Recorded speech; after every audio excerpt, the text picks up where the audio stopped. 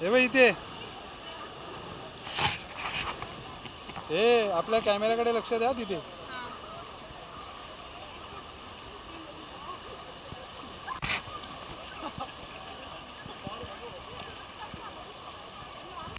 जा वरती, जा वरती, तो कॅमेरा काढल्यावरती.